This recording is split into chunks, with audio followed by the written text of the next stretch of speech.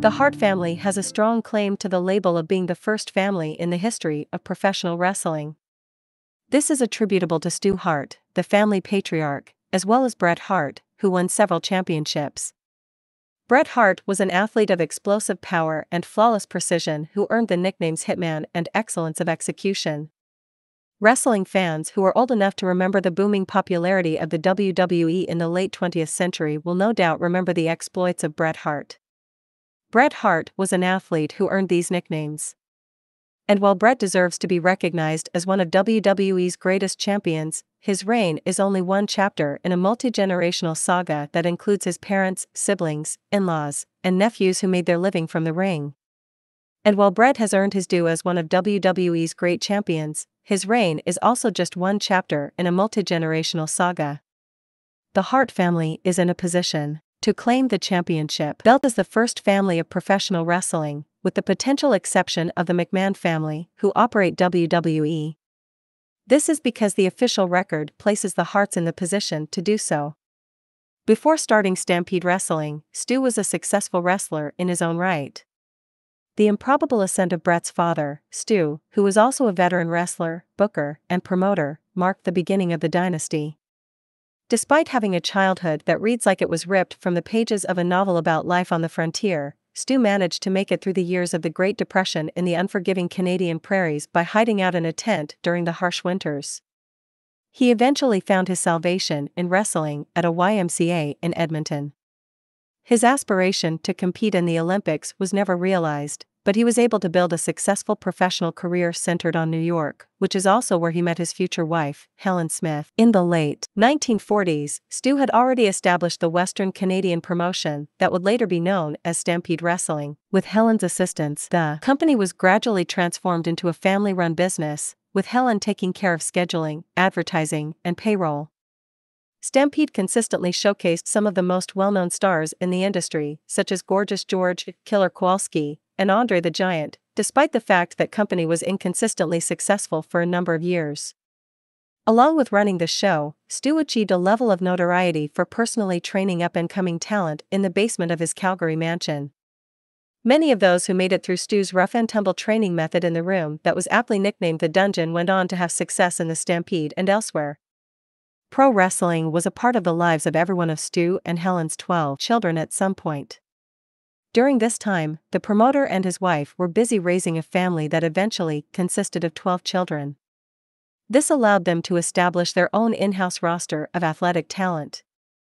According to the book Pain and Passion, The History of Stampede Wrestling, all 8 of the Hart sons eventually found themselves working in some capacity for the family company. The second and third oldest sons, Bruce and Keith, both became Stampede champions, with Bruce also rising to the position of booker. The fourth oldest son, Wayne, made his name as a referee. The seventh son, Ross, found his niche as a trainer and TV producer. The oldest son, Smith, and the fifth oldest son, Dean, both occasionally wrestled in between their other endeavors.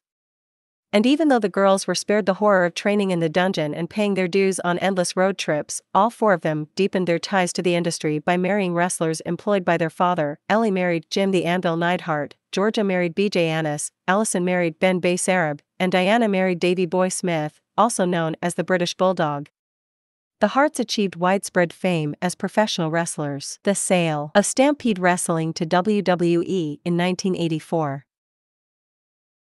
marked the beginning of a new era for the Hart family, as it introduced Bret, Neidhart, Smith, and Tom "Dynamite Kid" Billington to the audiences of the United States.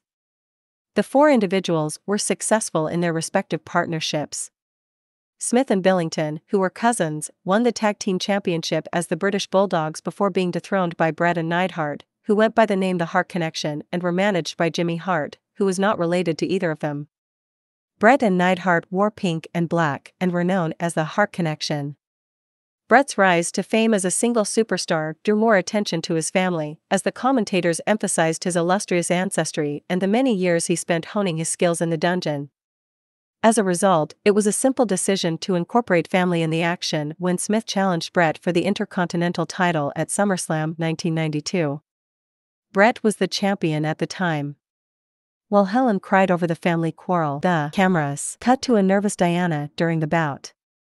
During the battle, Diana's brother and husband took turns forcefully slamming the mat until all three of them embraced after the Bulldogs' victory. Helen cried over the family turmoil. Owen Hart, the youngest member of the Hart family, rose to prominence as a skilled performer in WWE quite rapidly.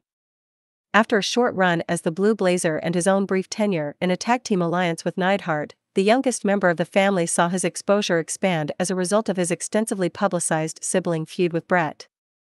After a heated opening match at WrestleMania X in 1994, in which Owen emerged as the unexpected victor, the two later roped Helen back into the proceedings at that year's Survivor Series. Owen convinced their mother to throw in the towel for a match that ultimately resulted in Bret losing his championship belt. The family overcame their challenges and moved on to achieve greater levels of achievement.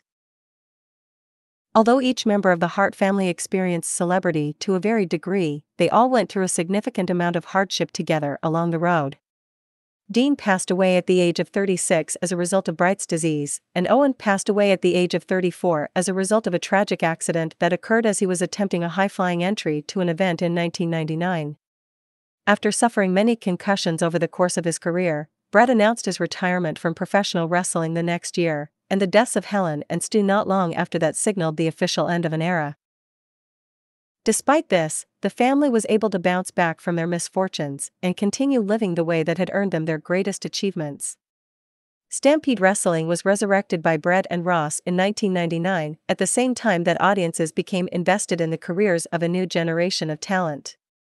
This new generation of talent included Teddy Hart, son of Georgia and Annis, Davey Boy Smith Jr., and especially Natalya Neidhart, who became a WWE Divas, SmackDown, and Tag Team Champion. Natalya Neidhart filled some massive shoes by becoming a champion in all three of. Although the mom-and-pop component of the company may be a relic of the past and the dungeon may no longer serve as a sacred training site, the proud heart of this professional wrestling dynasty continues to beat strong.